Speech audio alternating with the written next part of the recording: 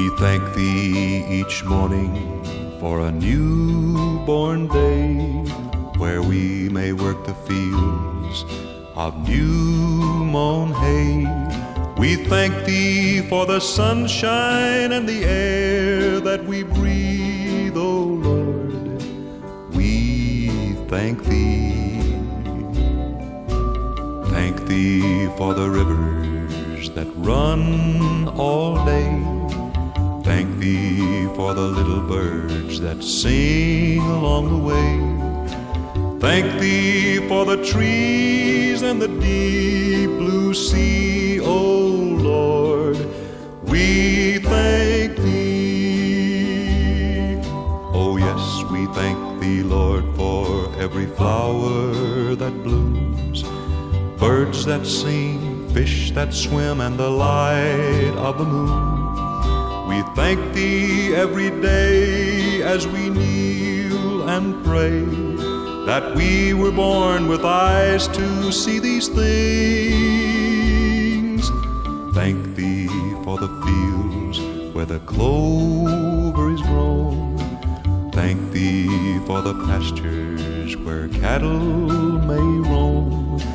Thank thee for thy love so pure and free, O Lord. We thank thee. Oh yes, we thank thee, Lord, for every flower that blooms, birds that sing, fish that swim, and the light of the moon. We thank thee every day as we kneel and pray, that we were born eyes to see these things. Yes, we thank thee for the fields where the clover is grown. Thank thee for the pastures where cattle may roam. Thank thee for thy love so pure and so free. Some glad morning when this life is o'er, I'll fly away to a home on God's celestial shore. I'll fly away. I'll fly away, oh glory. I'll fly away. When I die, hallelujah, by and by, I'll fly away. When the shadows of this life have flown, I'll fly away. Like a bird from prison bars has flown, I'll fly away. I'll fly away, oh glory. I'll fly away.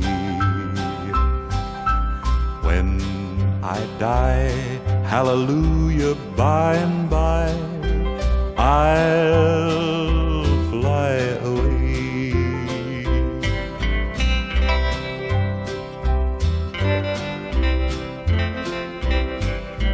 Just a few more weary days and then I'll fly away to a land where joy shall never end. I'll fly away. Anyone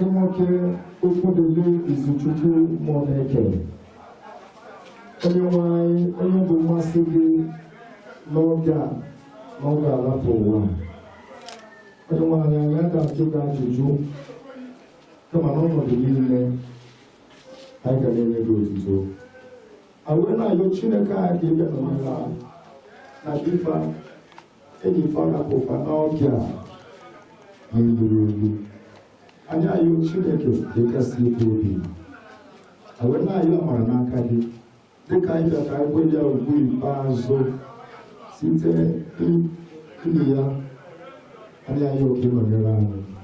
Yina Keme, Juzia, Akasoki, Khalid, when I see Chileke, Inchiboti Juzia, I have so that they believe after Jesus Christ, for the wine, the better for the wine.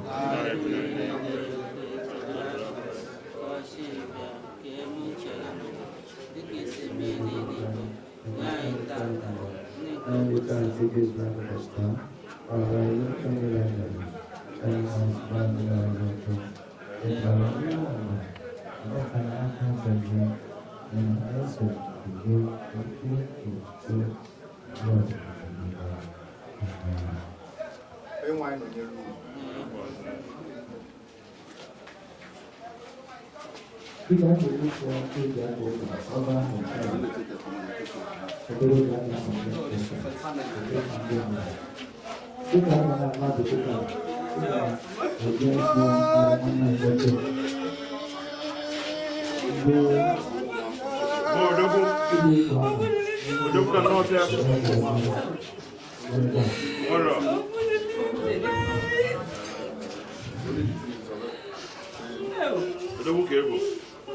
Moi Kalaka.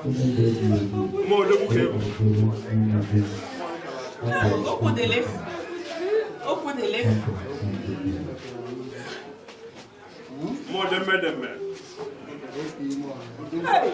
Moi de bouquet.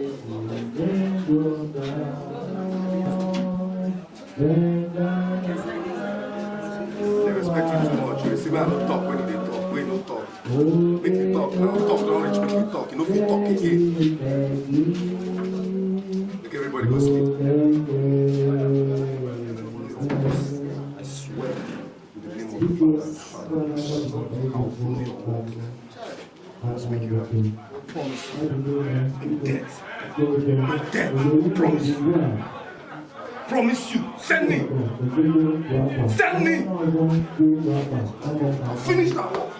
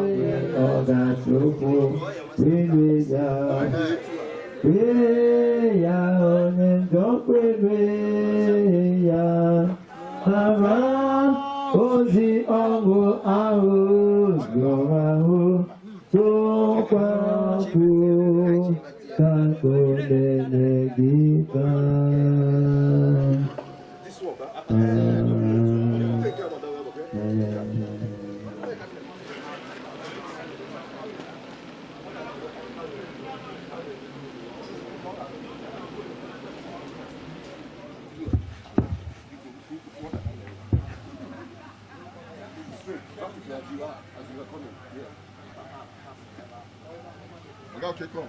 When I come back, just come back. Drop it on the floor. Drop it on the floor. On the floor? Yeah. Yes. On the floor.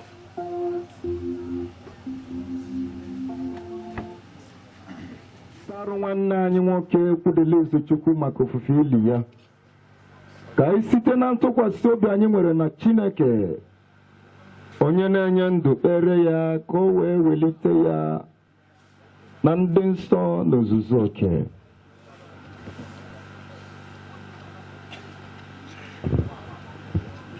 Nna anyị nke eluigwe, gị onye nwere ike n'ebe ọnwụ dị, ma nyekwa anyị mmeri site na mbilite n'ọnwụ nke ọkpara gị Jizọs Kraịst.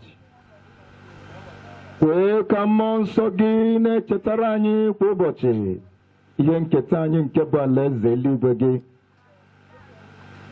Ka ụwa ghara imeri anyị, ka mmekọ nke eluigwe ghara ifunarị anyị, ma mee ka okwukwe anyị dịgide n'ebe ọkpara gị nọ, onye bụ mbilite n'ọnwụ nke ndị nwụrụ anwụ na ndụ, site na Jizọs Kraịst bụ onye nwe anyị na onye nzọpụta anyị. Amen. Edebere m Chineke n'iru m mgbe niile, ọ nọ n'aka nri m, n'ihi nke a agaghị m ada. N'ihi ya obi dị m ụtọ, ebube m ha ṅụrịkwa ọṅụ, anụ arụ m ga-ezukwa ike n'olileanya. Gosi m ọnụ ụzọ nke ndụ, n'iru gị ka afọ ojuju na ọṅụ dị, ọzọkwa aka nri gị ka ọ dị mma dị ruo mgbe ebighị ebi. Amen. Abụ 34.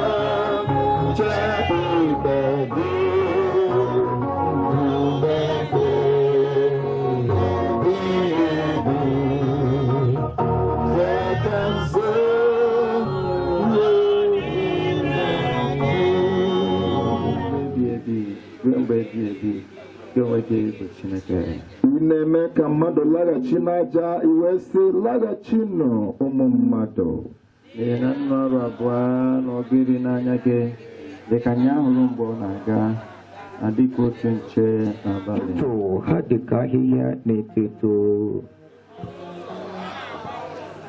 na-etokwa eto na anyị sị ka a na-etipụ ya o wee kpọnwa n'ihi na emewo ka anyị gwụsịa n'iwe gị ọ bụkwa n'ọnụma gị ka emeworo ka anyị maa jijiji na ụbọchị anyị niile agaworo nne nrubiga oke nke iwe gị anyị emewo ka arọ niile anyị gwụsịa dịka ntụ izu mee ụbọchị ọrụ niile anyị dị ọgụrụ atọ na iri ma ọ bụrụ na anyị site n'ike anyị n'ọgụ arọ otu ọ dị na nga ha bụ naanị ịdọgbu onwe ha n'ọrụ ajọ ihe ihe na ọgbapụ ọsọ ọsọ ewesịla nkịta mmụọ onye maara ike nke iwe gị na nrubiga oke nke iwe gị dịka egwu nke kwesịrị gị si dị gị na-eka akpọtụ anyị n'ụtụtụ na iwe ọṅụ werekwa ụbọchị anyị niile mee ka anyị ṅụrịa dịka ụbọchị niile si dị iwetaworo anyị n'ala n'ime ha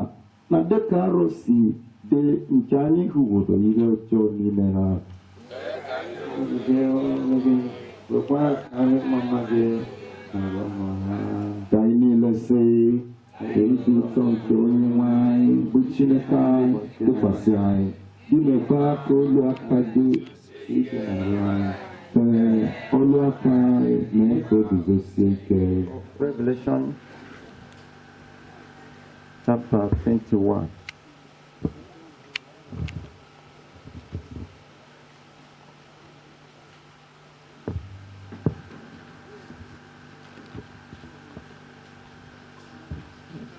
Now, I saw a new heaven and a new earth. For the first heaven and the first earth had passed away. Also, there was no more sea. Then I, John, saw the holy city, New Jerusalem, coming down out of heaven from God, prepared as a bride adorned for her husband. And I heard a loud voice from heaven saying, Behold, the tabernacle of God is with men, and he will dwell with them, and they shall be his people. God himself will be with them and be their God. And God will wipe away every tear from their eyes. There shall be no more death, nor sorrow, nor crying. He said to them, It is done. I am the Alpha and the Omega, the beginning and the end. I will give of the fountain of life, of water of life freely to him who thirsts. He who overcomes shall inherit all things, and I will be his God, and he shall be my son. Is the word of the Lord. Thanks be to God.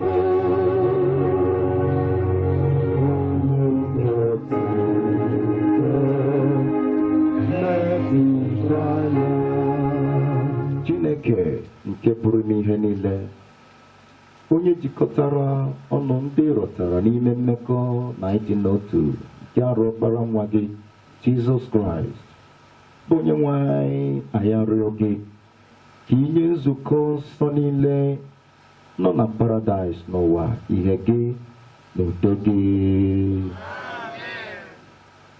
Wee ka okwu dịrị izu Chukwu na ndị niile awụchara n'ime ọnwụ na mbilite n'ọnwụ Kraịst nwa n'ebe njọ dị wee kulie n'ime ndụ ọhụụ, ka anyị site n'ihe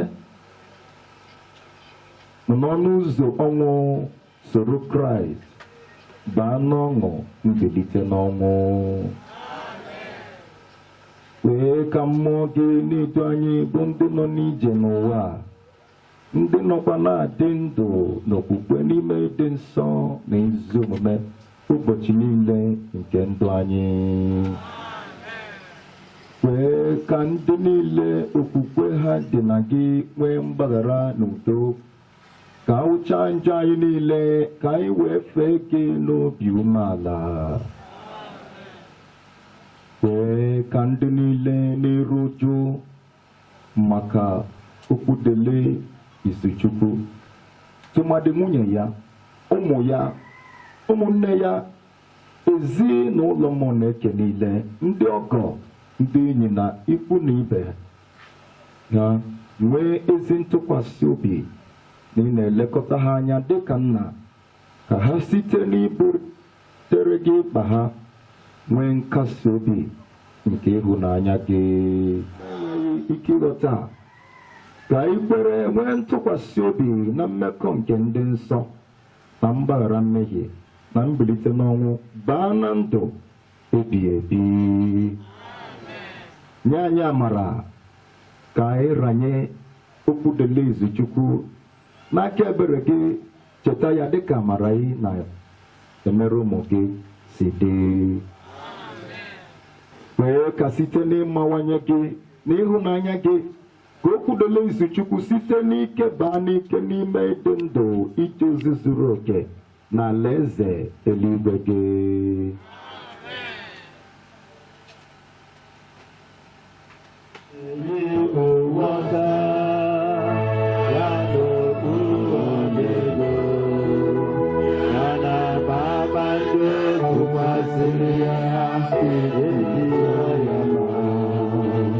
Anyị ekele Chineke n'ihi okwu nsọ gị, mee ka site n'okwu nsọ gị a ka a pụtara gị mkpụrụ obi nye alaeze n'igwe gị, n'afa Jizọs Kraịst bụ onye nwe anyị.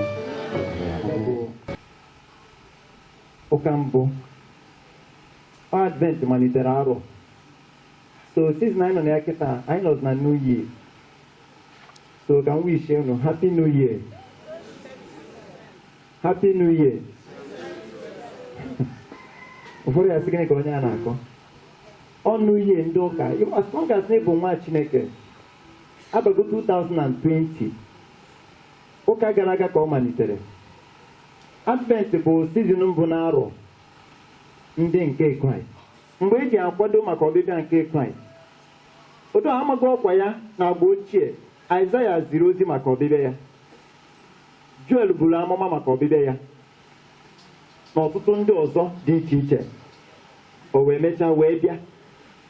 So oge a bụ oge a na-ebu amụma na eze ukwu ga-abịa, na ọ ga-abịa. And abaghara na Advent, ikuku a na-ekuzi, abaghara na ya n'ozie na redio, we wish you a Merry Christmas, we wish you a Merry Christmas. Onye aka egoro na nwa ya akwa Krismas agbakeriwe a ozugbo maka na ka a ghara igbo ya n'ọkwụ. So Advent bụ oge nkwadebe na oji ozo onwe ya n'aka. Onye a dị n'ebe a ka m na-ekwu maka na otu o si nwee ka o si fepụ ka ikuku. Achọrọ m ịgafe a, mana ọ ka anyị mara na a na-akwado ihe akwado. Ọ ihe anyị na-ekwu na oke ka anyị rapụgodi nke ọnwụ, a na-akwado Krismas, ka otu isi akwado Krismas. Ọ ihe Advent na-echetara mụ na gị. ụfọdụ mmadụ ga-ezu ori mee ihe dị iche iche ka e wee gbaa gịnị Krismas. Ele anya okwu dịrị enwe n'ihe ọ kwadoro ka o mee one or two things n'ụwa before ọ nwụọ. Onye dị 49 years mara ọnụgo nwaanyị na-abụ so ịfụ na enweghị ọtụtụ ihe o bu n'uche. Ele anya ọ ka na-eche ka ọ bịa ruo n'ọbe nna ya, ọ ka na-akwado ya akwado. Ịmara ihe ị ga-eme ugbu a bụ oge ị ga-eme gịnị ịkwadozi na ete gị kwadowere nke ọnụ ihe ọ bụla ịchọpụtara na ihe kwesịrị ka ime gịnị mebe ya maka taịm emere gịnị atụrụ ji eso abịa ọfịfịa na field isi ya nọ mgbe apụl brek o were ụtalị kụwa gị ọ sị gị yere asị ya mgbe apụl brek na ọkịta anya zi gị aka ya na-eme gịnị ka ihe eje sụwa ya ozugbo ozugbo maka na oge adịrọzi. Kedu ife ị na-akwado? Kedu ife ka njuke na anyị kedu ihe anyị na-akwado? Kedu ihe anyị na-akwado otu ha ga-esi mee ihe ọjọọ dị iche iche? Gị nwa nke na-akwado.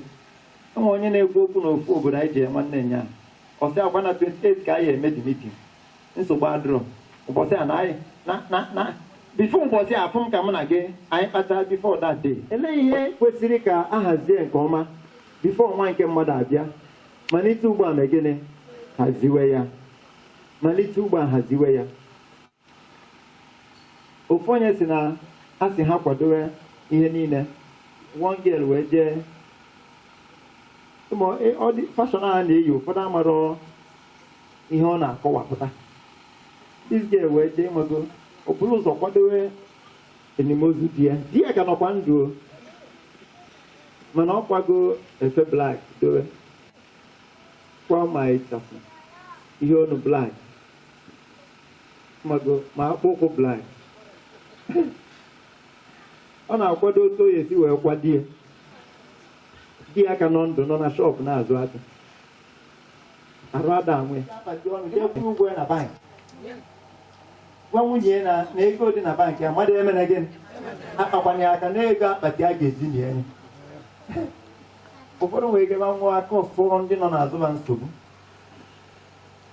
Hazie ọnọdụ gị nke ọma maka na ụbọchị a mara n'efe ezinụlọ ịfụtara onwe gị na ya God's grace utilize it maka na onye akwado if you fail to plan you are planning to do what fail. Ịkwadoro ị na-ejezi ka ịkwadozi mana ị na-akwadozi ka ị daa maka ọdịbịa nke mmadụ. Ọhịa anyị nọ na ya season of Advent. Are you ready to welcome Jesus, the Prince of Peace? Are you ready for him? How are you preparing for him? Ike na mberede. Ọ ga-awapụ ike na mberede. Ọtụtụ ebe ka agụgasị na Baịbụl kwuru maka ọbịbịa ya. Ọsị onye nke abịa ka isowezie m. Ọsị ya mba ọmụ maka ezinụlọ m ji biri. Chere ka m jee hazie ọnọdụ nke ọma ka m wee nikwuo ndị nwụrụ anwụ. Mgbe ahụ mmechazie m wee mee gịnị wee sowe ya. Jizọs zidapụ ndị nwụrụ anwụ ka ha mee gịnị na taịm ya adịrọzi ka ndị hazie ya nke ọma maka na fadrọ ready. Are you ready to follow Christ? Ibi na otu anyị na ebe a kịta enwe ebe a na-agba ozu ụbọchị ofu onye dị ebe a nwụrụ na be anyị ka m nọ na-ekwu okwuchukwu na chọọchị ekwukata okwuchukwu ofu onye na-akwa ya daa mụnwa ama adịghị mere mgbe eji wepụta rọshio n'ọgwụ. Enwere obe Chukwu ada akpọ mmadụ. Ọbịbịa Christ can come in fact mana biznes ebe ị nọ na-azụ abịa ma shop ma n'ọfịs gị ma ebe ọ bụla ị tara onwe gị ibi mma mana mitin ụmụnna. So dịka anyị nọ kịta na-akwado onwe gị na-akwado na-ata ka chi jiri echi ka chi foro efo na-akwado onwe gị. Ọ ga-abụ ọbịa n'ụtụtụ isori ya na-eme gịnị na-analụ onwe gị. Kwado onwe gị dịka ị na-akwado onwe gị ka otu ị ga-esi kwado onwe gị na-akwado onwe gị. Ị na-ahazibe gị, ị na-ahazi ndụ gị, ị na-ahazi chọọchị gị, ị na-ahazi ụmụ gị, ị na-ahazi ezinụlọ gị. Enwe onye nwụrụ na ife eji ekwu maka ọnwụ bụ n'ọnwụ ka anyị nọ. This man nwụrụ, ọ nwere about 3.something million na akaụntụ mana ebiri ego wee nye ya. Ebiri ego a na-ebi ego na-anakọta ndị mmadụ ego wee gwa wee sie nri mana o nwere onye o ji melụ next of kin bụ onye amarọ n'ụwa. Even the family members emere gịnị amarọ onye ọ bụ onye anwakpa gbara onwe fa mara afọ dị na the bank na account mana o nwere ụmụnne nwee ma nwunye nwee nwe ikwu na ibe ọ chọta nwere ofu onye ọ ga-eji mee gịnị menace of kin jedite amụma onye Hausa dị ire ahụ afọ ahụ nwee ka o si sound and the man nọ na the burial enwere onye mmadụ ndị zo nwere amazi ebe ha dowekwuru ya sef ha jekwụzi iweta ego ha na-etigharị ka ha na-ezo ka mmadụ gbana ama na ihe na-eme kedu ụlọ ya abara gị prepare yourself well because today life echi death. Organize your family, organize your bank account, chịkọ ọnya hazie ya ọfụma a na-ekwe ọ na-ata amụma na ife na-eme hazie business gị hazie property gị ọfụma maka echi so na Chineke bịa anytime iwere ọṅụ soro ya ịnọla ebe ị na-ema na-afụ ndị kụta gị n'azụ ka fa nọ na-egbu onwe ha maka ihe nke ụwa of course Chineke chọọ imere gị amara ọ ga-emere gị dịka ị na-akwado gị dịka ị na-akwado ndụ gị dịka ị na-akwado ezinụlọ gị Chukwu ga-enyere gị aka ihe ga-agara gị nke ọma na ndụ gị baa n'afa nke Nna na nke Ọkpara na nke Mmụọ Nsọ.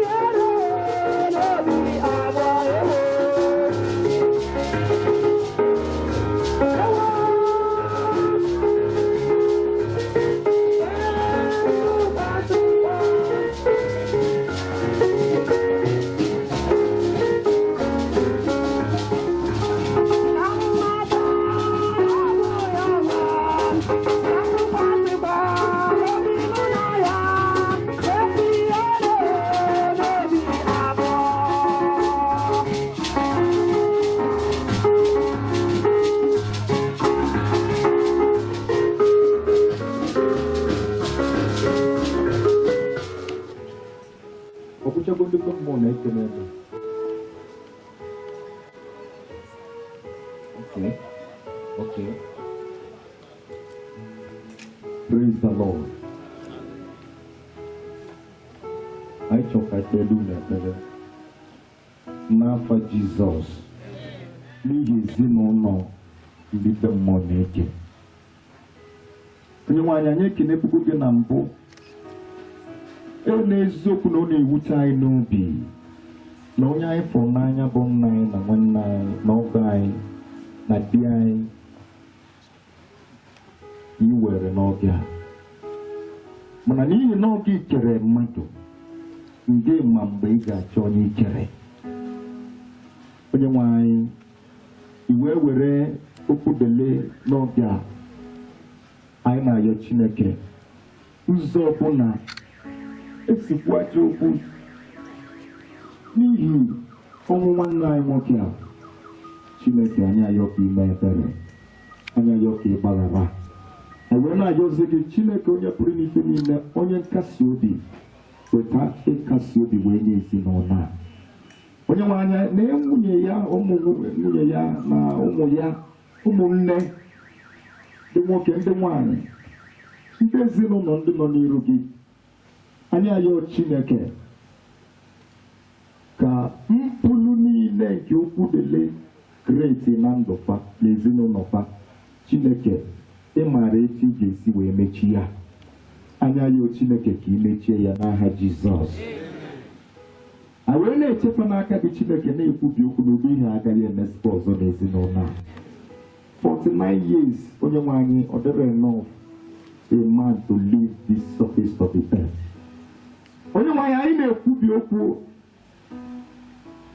ihe ezi a nwa gị nwoke bi wee rapụ na ndị ọ kwesịrị ibi onye nwe anyị ị ga-enye ezinụlọ a Chineke anyị ekwubi okwu ha ga na-anwụ n'isi awọ na ịka nka n'afa Jizọs ọmụmụ okorobịa nwa agbọghọbịa agaghị abatakwa n'ezinụlọ ọzọ n'aha Jizọs anyị arụ ike n'ebe panọ anyị ayọ udo n'ezinụlọ anyị ayọ ịfụnanya gị n'ebe panọ anyị ayọ aga n'iru n'ebe panọ anyị ayọ ka ị dọrọ fabia nsobi Chineke ekwena ka fa laghachi azụ n'ebe nọ ekwena ka fa daa n'ụzọ ekwena ka ndị ilochi afọ ọchị anyị ayọ Chineke kwupie na ọ ga-adịrị ezinụlọ na mma enwe anyị ọkachasị n'oge a nọ n'ije ozi a Chineke ị ga-anọnyere ha enwe anyị ọzọ a ga-abịa ebe a ọ ga-abụ maka mmemme agbamakwụkwọ ọ ga-abụ maka mmemme ibediketi ụlọ ọ ga-abụ mmemme eji enwe ọṅụ ọ bụrụ maka iru ụjọ n'ihi na Baịbụl sị na mgbe iru uju gabiga ọṅụ ga-abata ụmụ Chineke nara na ọṅụ unu n'aha Jizọs nara ekele Chineke anyị nara mbuli elu n'ihi n'imera n'aha Jizọs Kraịst bụ onye nwe anyị onye nwe biko nụrụ ekpere anyị onye nwe nọnyere unu biko ife abụ ọbụm oyibo a na-akpọ ya ọbụ dịka ọbụm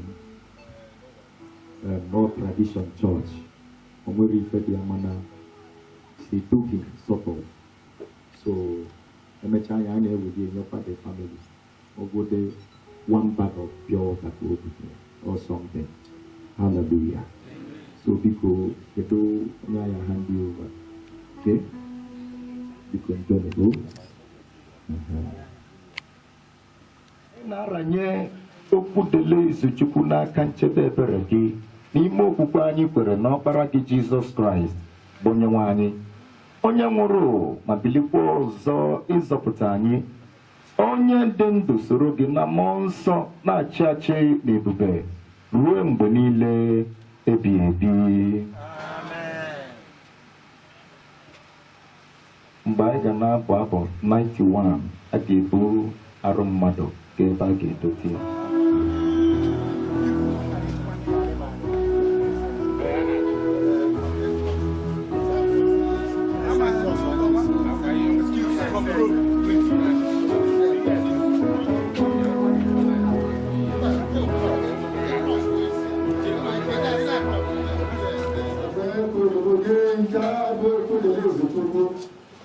onye kere arụ ya n'ime ya gụnyere Kraịst na paradaịs nke gị onye ya na alaeze eluigwe gị n'aha nke Nna na nke Ọkpara na nke Mmụọ Nsọ mgbe ọ na-adụzi abụghị isi atọ n'ezi dịka akụkọ ego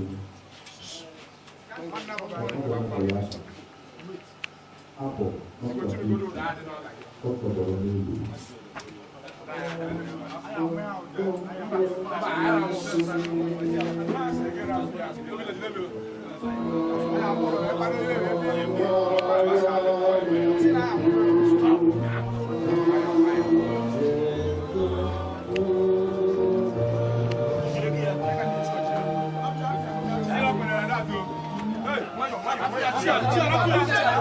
Who is opening that thing? Are we going to get chill?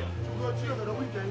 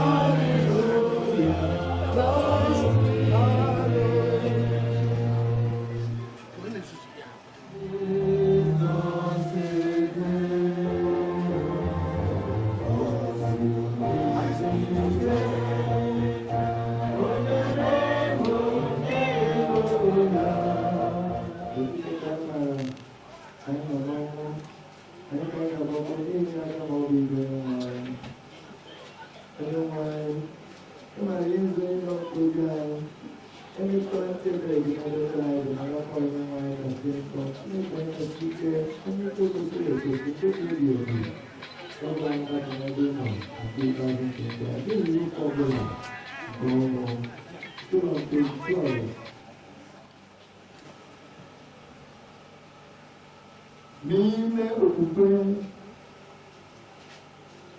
n'ezi olileanya nke mbilite n'ọnwụ baa na mmebi obi site n'Onyenwe anyị Jizọs Kraịst, anyị aghara mkpụrụ obi okwudere izuzuke n'aka Chineke nke pụrụ ime niile. Ọrọkwanụ ya nye n'ala aja lara aja, ntụ lara ntụ, nzuzo lara nzuzo. Ka Chineke gozie ya debe ya ka Onyenwe anyị gosi ya ihe mkpụrụ ya, wee mere ya ebere ka Onyenwe anyị gosi ya ihe ọma ya. Okoya, amen. Onyenwe anyị kọrọ eze.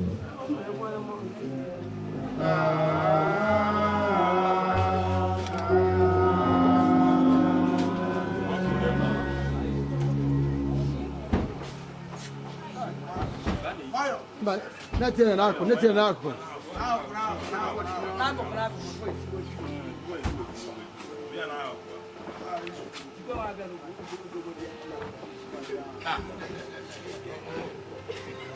Mas ana com que? A viagem one que podia.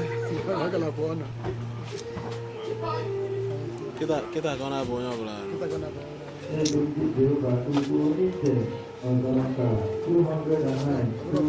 Baru mau jalan.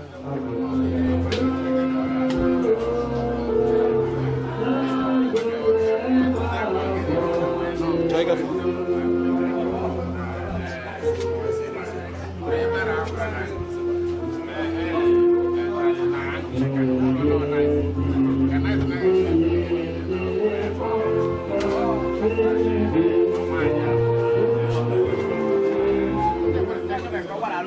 Bayangara, Bayangara is going as a popolo.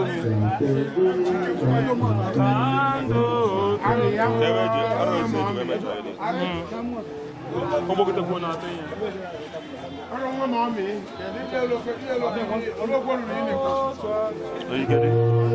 Kamata fage. Apa muchukwu Emeka Uchenna Moneke. Kamata ife mende mmadụ ji wee gbakọ ebe a tata. Ife na ebe ebe today na tata ụbọchị. Anyị chọrọ ka etinye nwanne nwoke bụ Okwudele Izuchukwu Moneke na nwụrụ na 16 July na arụ anụwa. So tata ka anyị si ka etinye na nkeke kekọwa na ụdị mmadụ ọ bụ. Okwudele bụ onye egwu na-amụ mgbe ọbụla ọ na-alakwa ịdụ mmadụ ọdụ, ọ na-alaka otu onye sigara onye ọzọ dịrị onye ọzọ mma, ọ eji mara ya. Ka amata ebere na-ekpere ya tata. Ekpere na-ekpere ya ka obi ya zuo ike na ndụkwa. Ka amata okwu ndụmọdụ nwe ịrapụ unu nwa bụ ụmụnne ya na nwunye ya nke na ụmụazị nke ọ rapụ wee nwụọ. Ya, ịmana onye eze kwuo eze anọzie. Otu anyị nwanekwa na ọdịbụ ndị nne dọkịta. Ebe ọ kwụchidebe ka anyị ga-akọntinu kwa. Anyị nwa ma ebumnobi niile. Anyị ga-emekọcha na ha nchasịrị okwe, mmekọcha na ezinụlọ ya niile tugeda, mmekọcha na ezinụlọ ya niile na ụmụ ya niile na-azụ ha ọfụma, mmekọcha na ha jere akwụkwọ otu asịbụ osisi ji wee jee akwụkwọ. Daalụ, kedu nke etu gị? Kedu nke a na-etu gị? Tụọ m nice. Nice, anyị kele gị. Ugogbuzuo. Daalụ. Tell us your name, please. My name is Chinedu Okoyibo. I'd like to know Chinedu Okoyibo. Can you tell us what is happening here today? Okwudele Moneke is my cousin. We lost him and we are laying him to rest. We'd like to know your prayers for him. My prayers for him is that he find rest, peace in the other side of the world. That's my prayer for him. Thank you. Kamata fage. Kamata ife mende mmadụ ji ọgbakọ ebe a tata.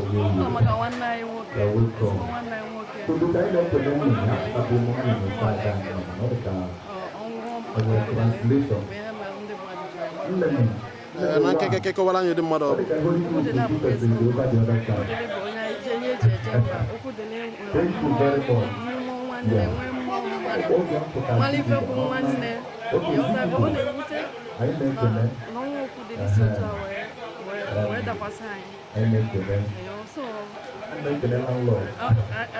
I have mix of words.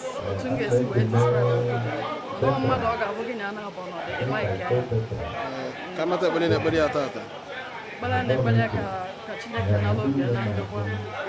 Ka koje zuike. Dalo. And the pack RX blue color, Enugu plate ENU 517 EQ because they're pack motors.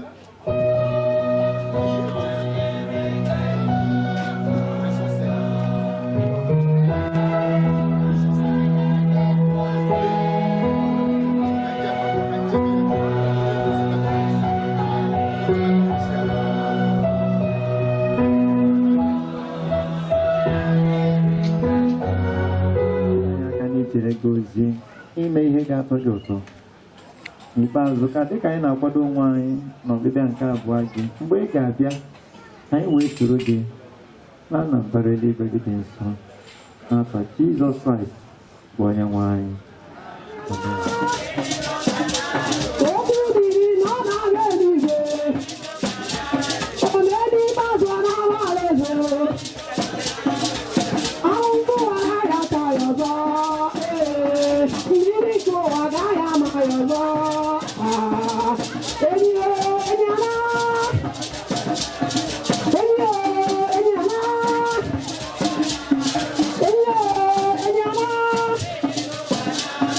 One night walk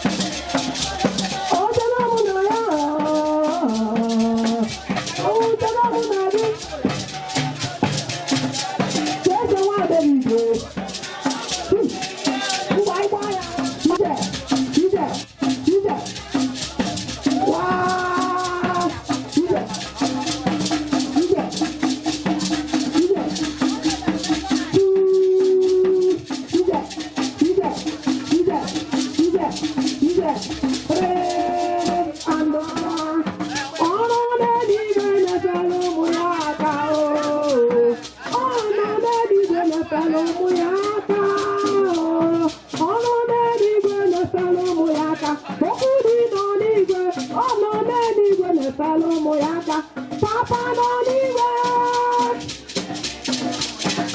papa nọ n'igwe omedikpazụ nọ n'igwe Nwachukwu nọ n'igwe ọ nọ n'eluigwe na-efelu ụmụ ya aka ọ nọ n'eluigwe na-achị anyị isi ike ọ nọ n'eluigwe na-achị anyị nọbịa ọ nọ n'eluigwe na-achị anyị kwadobe ọ nọ n'eluigwe na-achị anyị na ịga-afụ okwu dị nọ n'igwe Nwachukwu nọ n'igwe Nwa Samuel nọ n'igwe Nwa Timothy nọ n'igwe ọ nọ n'eluigwe na-efelu ụmụ ya aka papa papa papa papa papa papa be papa mụ na onye ga-ebi n'ụlọ ụwa papa mụ na onye ga-akpa dị nkata papa nụrụ n'ụzọ n'elu papa nne papa papa nna nne papa papa obudirie papa papa obedi azụ papa papa papa be papa papa papa onye ọma papa papa papa be Papa nụrụ n'ụzọ n'elu papa me papa gbamụ nkịtị gbachi m mgbe papa ụmụ na-akpọ gị ụmụ gị na-akpọ papa nwanne na-akpọ nwanne na-akpọ gị papa papa papa me papa papa papa me papa papa okwu dị n'ime papa papa papa me papa papa okwu dị n'ime papa papa papa me onye ọma hide hide hide hide hide hide hide ya hide hide ya hide hide hide ọ na-ezukọ ezuo hide hide ya hide hide hide hide ya hide hide hide hide hide 1 2 3 and 4 hallelujah. Thank you very much.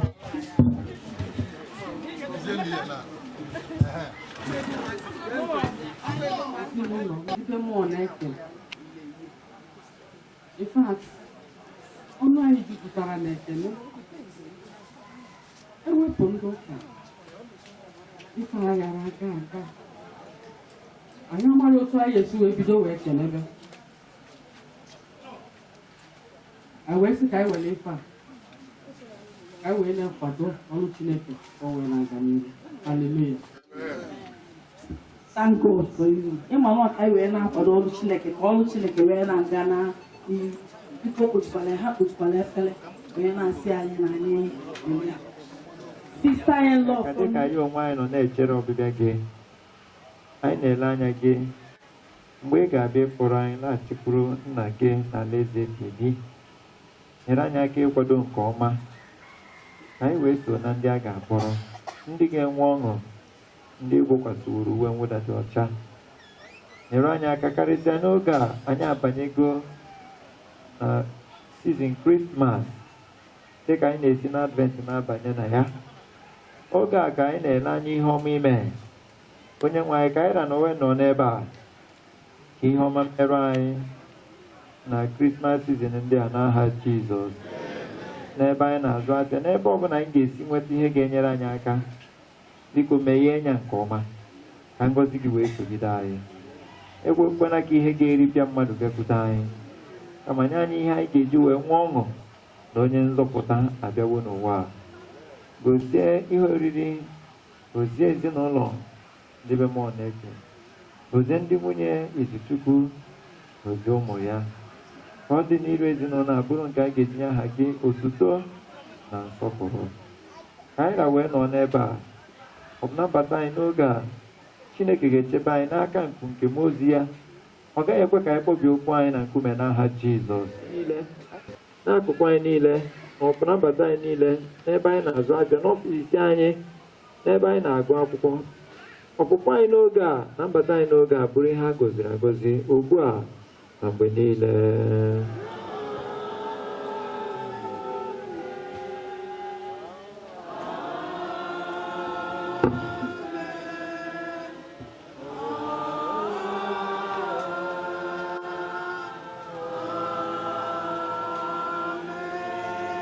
Onye nwe anyị nọnyere unu.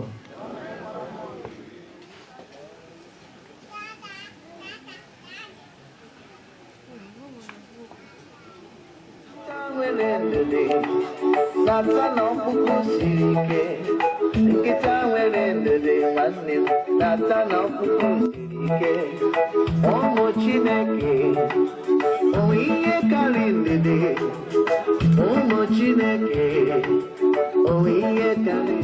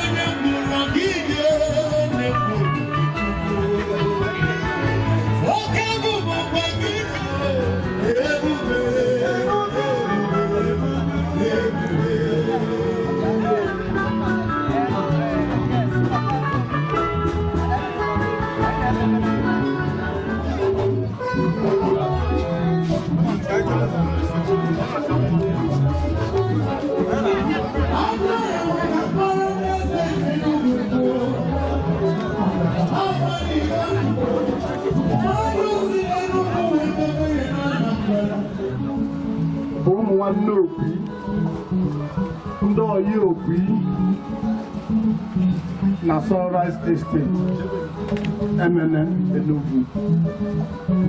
Okwu bụ nwanne anyị nwoke. Anyị na-ebigo for about 10 years na Sunrise Estate. Anyị na-ebigo ụmụ nwanne. Anyị na-ebi ka ndị oyi. Anyị ji ofu obi na-ebi Sunrise Estate. Anyị na-akwa okwu. Anyị na-akwa onwe anyị. Maka na okwu ibe anyị bụrụ okwu. Anyị amasị unu ndo, anyị ga-asị onwe anyị ndo. Maka na anyị na okwu ka na-anọ karịa ka unu okwu isi wee na-anọ. Okwu bụ part of us. Anyị ncha bụ ndị Sunrise Estate nọ n'ụbọchị nke tata. Wee na-asị ndị mmụọ na-eke family na anyị bịara ka anyị si onwe anyị ndo. Maka anyị na-asị unu ndo bụ ka anyị na-asị onwe anyị ndo. Okwu bụ okwu mmụọ na-eke mana okwu bụ okwu of Sunrise Estate. Biko anyị amara ihe anyị ga-ekwu mana anyị na-ebe akwa alili that na 49 na okwu ga-arapụ anyị. Papa okwu bịa n'esteti anyị were chee ya nka maka na mgbe o bi n'esteti ọ dị above 90 something years old and unu bụ mmụọ na-eke family. Okwu bụ ọgaranya unu. Okwu bụ papa ya mgbe ahụ bụrụ mami ya bụrụ onyinye maka na ịbịa in the morning okwu a na-efichapụ unu arụ ebe na-efife ọ na-efichi ya arụ ebe n'abalị ọ na-efichi ya arụ taa ma ụlọ ọgwụ ruo oduli eje ụlọ ọgwụ anyị chebulu na okwu ị ga-adị more than the father na papa ya dị above 90 okwu iwere bịa at just 49 o wee nwụọ o wee nwute anyị maka na anyị chelụ na agbalị unu na-anọte ndụ aka anyị amarọzi nwaanyị nke eji wee dị iche anyị wee na-asị ebe ọ bụ na ọ dị n'ọfụ na okwu ị ga-arapụ anyị at 49 anyị amasị chukwu nwaanyị mana anyị ga-asị onwe anyị kasienu dibeni ya na onwere onye ma echi mbọsị anyị bịara ebe a ọ dị last time abịara ebe a bụ mgbe eyi dadị unu anyị bịakwuo tata a na-akpọ okwu iyi ekpere anyị bụ na mmụọ ọzọ anyị ga-abịa ebe a ọ ịgba nkwụ nwaanyị ọ ichi echichi ọ iselebreti ifeọma biko achọrọkwa ịbịa ebe a ka anyị bịa akwa again achọzi ka anyị bịazie ebe a ka anyị nwee aṅụrị n'aha Jizọs anyị wee na-asị unu ndonu si na ike dibeni ya maka na anyị na-ejikwu ya bikos na mkpụrụ obi okwu nọ na n'eze eluigwe wee na-ezu ike n'aha Jizọs anyị si na ya ma mbịacha were gbara aka o nwere omenala a na-eme na a na-abịa akwa especially akwa eproposdịka okwu anyị na-asị biko olega ihe a bụ ihe anyị jidala ndị be famili okwu mụọ na-eke akwa biko unu ga-eti anyị mana ihe anyị na-eli na ihe a na-awa bụrụ obere ife biko unu ga-etinye nke ọ bụrụ na ọ gara ka o zuru igote ọ bụrụ na ọjị ka o zuru igote ọ bụrụ na akpa rice ọ bụrụ na anything eji ama akwa unu jidie were tie ihe unu ji eme akwa anyị ma na ihe dị ebe a pere mpe mana ọka anyị ra makwa na ọ pere mpe maka na ihe a bụ ụdị efi ka pụtara unu ndonu si n'ike ọ ga-agara anyị ma n'aha Jizọs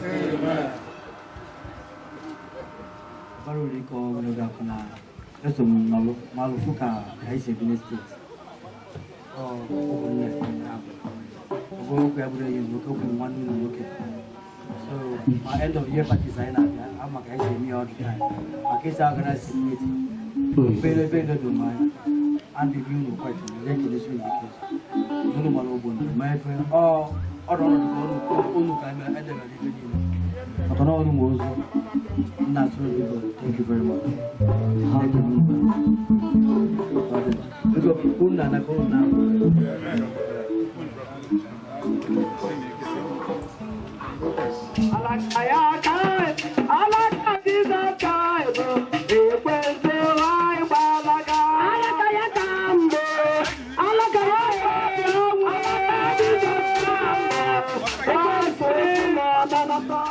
ekele unu ndonu agụ onye ọya okwu ya friends ya ọ na-anọ on daily basis anyị na ya na-anọ ụlọ mgbe ọ ya bụ ahụ anyị na ya na-anọkwa anyị si na anyị ga-abịa esi unu ọtọghị nnukwu ihe nwute ka ọ bụ ọnwụ aprahim ya nọọ ihe anyị na-asị Chineke baara ime ọzọ na famili wee si unu ndonu ọzọ emezina nke a bụ ihe anyị ji wee bịara ụlọ akwa ya na mmanya asị ya bụ ihe anyị ji si unu ma saịdị nwunye ya maka ekelegwu ya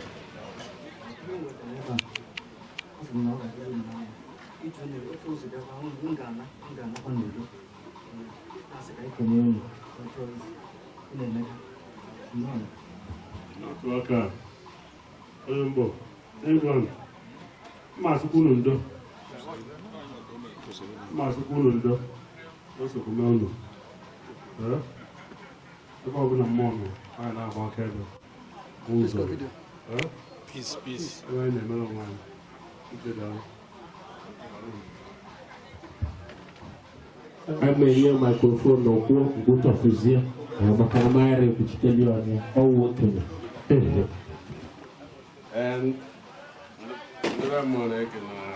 enwere ọtụtụ ụkwụ adịrọ mma n'ụka mgbede na uru si wee male na mmụọ na-ege sikwu Enugu steeti and mgbe enyewa obele bụ nna m ji wee sị mba na ọ ya azakwa prezent bifo agụ ofu anyị ada agụ ofu wee gụọ onye a na-eme maka ya taa na ọ bịa azanyawo prezent bụ otu o kwesịrị ka ọ dụ emekwu ya wee dụkwa otu a wee sịkwa na mkpado ka esi eme ya na anyị ga-abịakwa wee emekwa ka o kwesịrị ike ọ bụrụ na-enwe ihe dona ya mana otu ọbụla oruzi wee fụ ya uru wee nabata ya na ọ ka esi o si wee kwesị na a si emere ihe eme ihe ka o si wee kwesị ka eme ya ka ọ dị mma ọ bụla ya na ọdịnichere so otu ọbụla ọ dị na ma ọ pee mpe ma okwu ibu ka uru nabata ya daalụnụ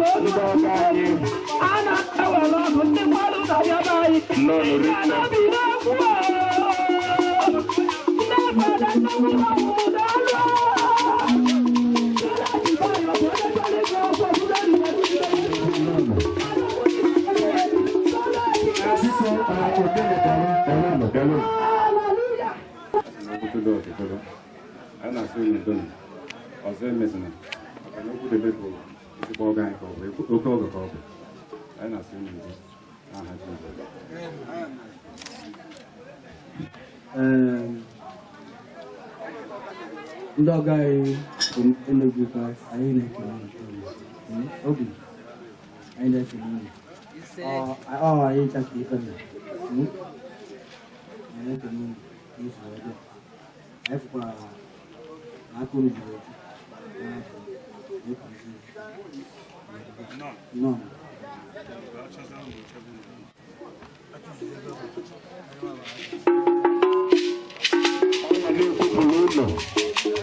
mara na onwe ọzọ na ọ ga-alachịkwa ka unu ya gakọ ọgụ ndị Enugu nọ n'Orinne nọ n'Orinne onye Enugu ụmụnri onye a na-ekwu nwere ife ọ na-eme onye na-akwụ ọgụ ya odogwu oke onye Enugu na ụmụnri ọgaranya anaghị ala ikike edo onye ala ihe kpọrọ ezi iru a na-akwụ anaghachi azụ nke kpọrọ ezi iru anaghị anaghachi azụ pachali na-emedala onye Enugu na ụmụnri ọgọ na-akwụ ọgụ ya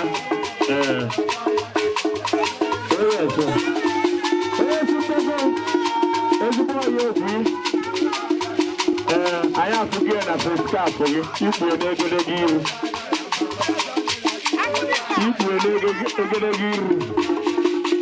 nwayọọ nwayọọ adịchọ ezi azịza onye azọ chọ onye achọ onye achọ onye owe nwayọọ nwayọọ nwayọọ emene ka ịra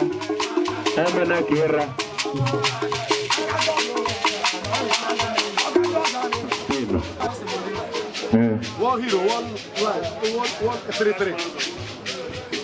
And then once again, I salute them at Alono, Ndogani.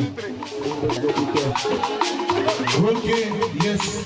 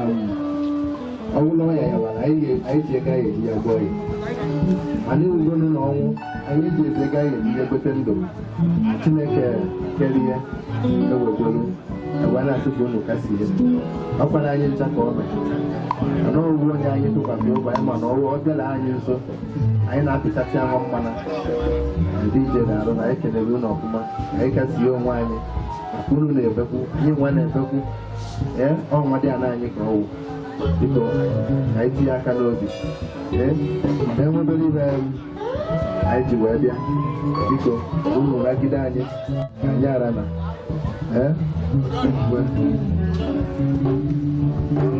ana m ekele unu abụ ndị gosi na afọ ụmụdị ya na ndị ọzọ n'ọmụrụ nna ha icheta akara mgbe nnọọ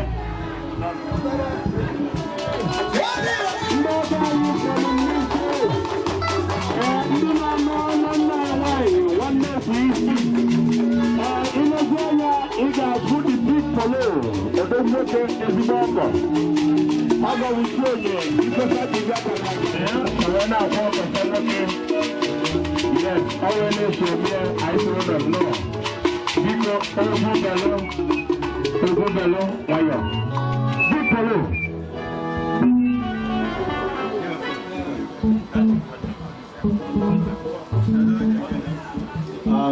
Biko ndị ọga anyị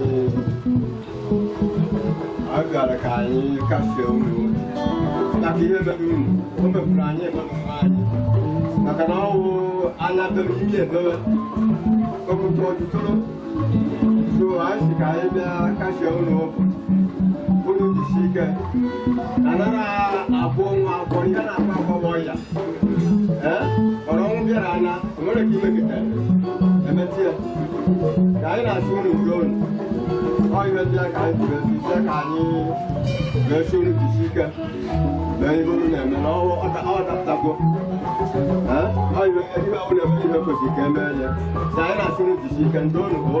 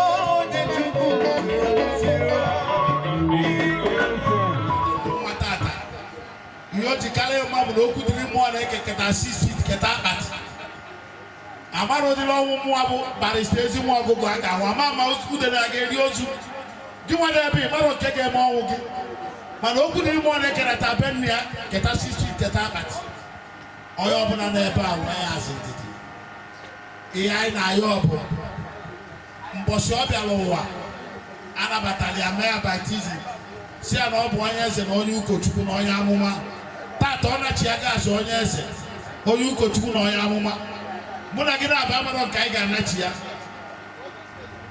onye nwere isi ọma keta 6 feet na akpati mana iberibe na ọnwụ bụ ọnwụ no ọnwa ndị atụtụ ozu ha n'ụzọ nwee ndị oji ozu ha ndị a na-eme College of Medicine ji ozu ha eme experiment mana okwu dịrị na rubenna ya ọ dike ka ọ bụ agba na ọnwụ ọ ka anyị atụrụ anya maka anyị na-abụ ndị Sunrise Estate nwunye m na-ebe a tata sisi okwu dị iji nwatụ itudo nwunye m na-ebe akwa ọ gafee na geeti okwu dịrị ebe ha na-abụ na ha na-akọ akụkọ kpọbebe akwa o wee gosi na okwu dịrị bụ ezigbo mmadụ ana m asị ụmụ nwanne ya ndị nwunye ya na ndị ụmụ ya ma na legend ka anyị rapụ tata mana ihe na-ajụ uru ka legacy a ga-amụta n'aka okwu dịrị is a man of peace ọ ga-enye gị and a brother and sister advice Odemens works.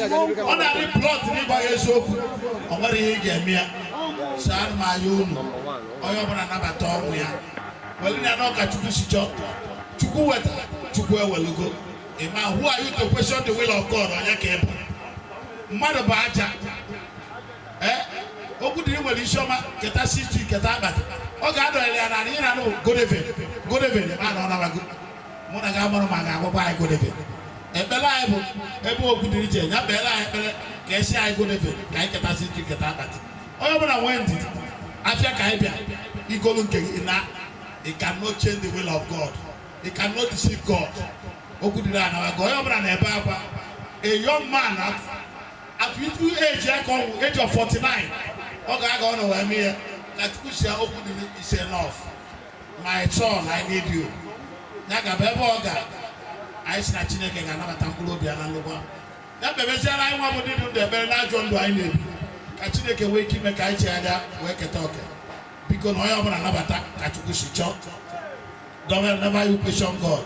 Ọ ga-adịrị anyị mma na-ekpe ekpere ụkwụ iji okwu dị nkịta bụ ikpere ya ekpere ọnwa ebe ọ nọ ka Chineke tọhapụ ya ka ọ keta na eze ana m asị ndị famili ya dienu ndị enyi dienu ndị Sunrise Estate bụ Sunrise anyị dienu ihe afọ ndị sekuriti anyị ka ọ nọ ya bụ isi ndị sekuriti ha nọ ebe a na-ebe akwasị isi nyaa mana Chineke ga-anabata mkpụrụ obi ya na nnukwu n'aha Jizọs daalụ n'o Mr. Nice Emeka Moneke bụ a member ike wee sị ka Fabia wee berela anyị ndị Solution Ministry abaga na isi n'ụlọ nnọọ demedalụ nọ ndị Chineke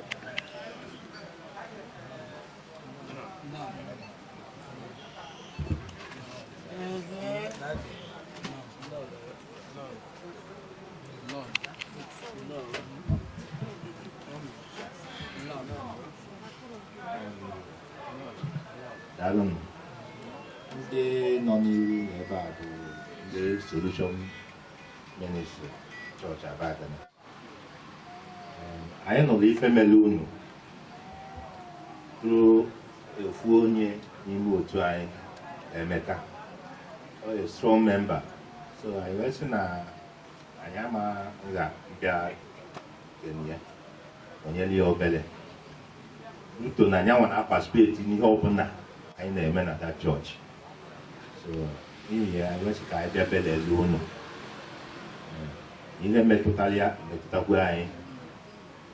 So onye ka anyị bịara ife a. So anyị ji obere ihe anyị ji wee bịa ka anyị tinye n'aka n'obi. Daalụ nụ. None. Ịma na akpụ na-abata ndị na-abata ma na ndị angels na ebe na ama m ndị bịa na onye ọbụla a na-achọ gbagotu na-erugo n'eluigwe anyị na-azụ ụlọ nnọọ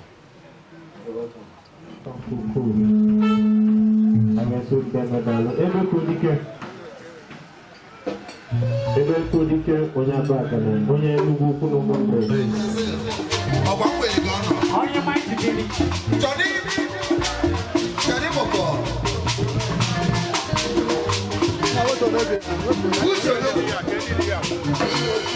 onye ọma na Brazil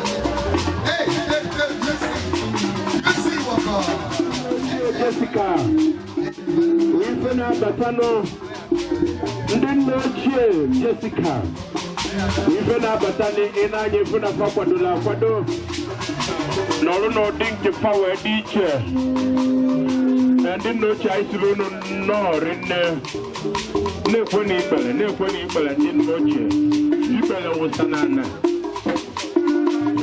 anyị siri unu nnọọ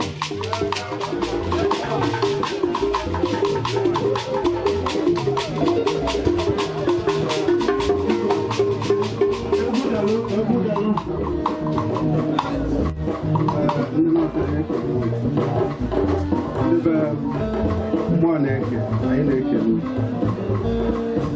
bara uru ka gwa unu na-ekwe unu maara ndị bụ nna ochie ụgwọ n'ezi enyi bifo ọrụ anụ nwanne anyị na ya adịbago mma ụdị ife a wee na ọwụlite otu osikwa unu gosida iji gbara eziokwu anyị lụzuru mmadụ kpọrọ maka na ọbịa odogwu na saụt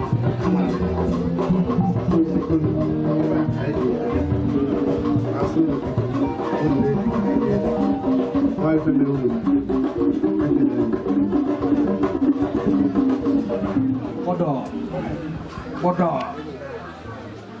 none of them. Babazuna, Ebana, I know you cannot offer Bomas or one family. And Masunu, no. Barodico, Gurugapa, I ain't Chama, Albana back and every woman I know I can't visit. I'm a guy, you know, nothing. and of you back and you like moon. No surprise now, throw my idea. Thank you very much. Everyone looking why I hope he's seeing you all now. They're very, very happy.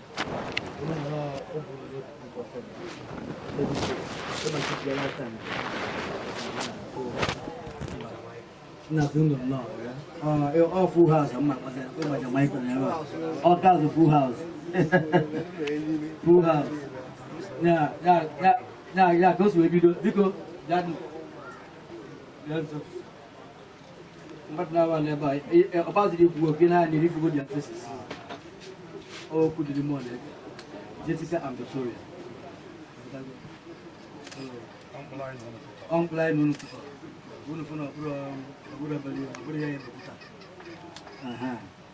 so I know, eh? What did he say? No.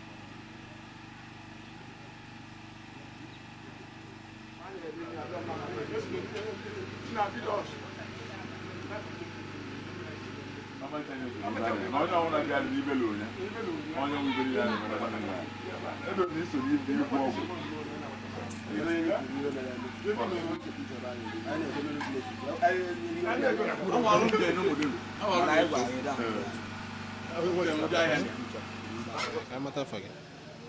Ka amata afa gị.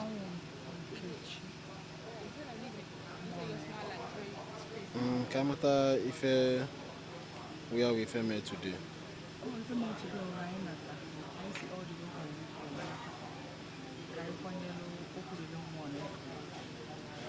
the last time, because most were diamond, very final expect. But the Chineke is not also to aware. My rest kind of Madam Mangan Chineke knew. Of course, must also I can watch Chineke close to the time. I am going to call you even in the way God. Can I find the piano and I can support my finance? Can I find one over Na nke kekọrọ anyị ụdị mmadụ okwu dịle bụ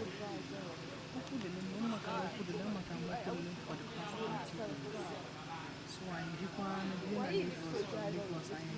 just South Africa. I want our first daughter of South Africa. So naturally, to Lagos. From Lagos now, we now move to UK. From UK, you want to come as one of the children. I could live one door. I could live with somebody big, full of. In fact, he has so much energy in him. He does things without even looking back. Or somebody I will see yes, also go yes, also no, also no. And not stand there by your side. He doesn't look back. He is such a wonderful person. We actually thank God for his life. And we actually miss him anyway, as much as we know to have considered. He is such a person that you can't even want to forget. But what was teaching you from what school to Adia? ekpere anyị bụ ka Chukwu nye n'obi nkunu ga-eji wee nada ọnwụ ya n'afọ Jizọs. Kedu nke a na-etu gị? Kedu ife eji wee mara gị? Okay, Dabo. Tell us your name. My name is Jessica Monake. So I would like to know why you are here. Came from my dad's burial from London. Yeah. So in brief, I would like to know the kind of person your dad is. The kind of person I am. Your dad? Oh. He was caring, smart,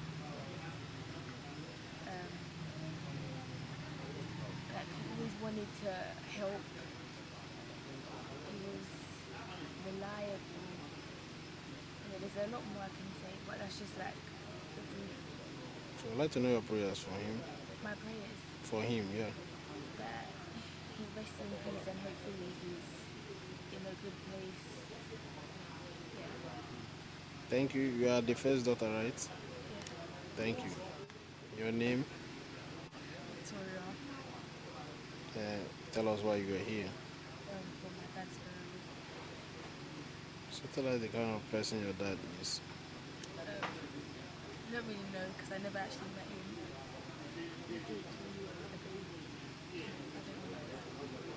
I don't remember meeting him.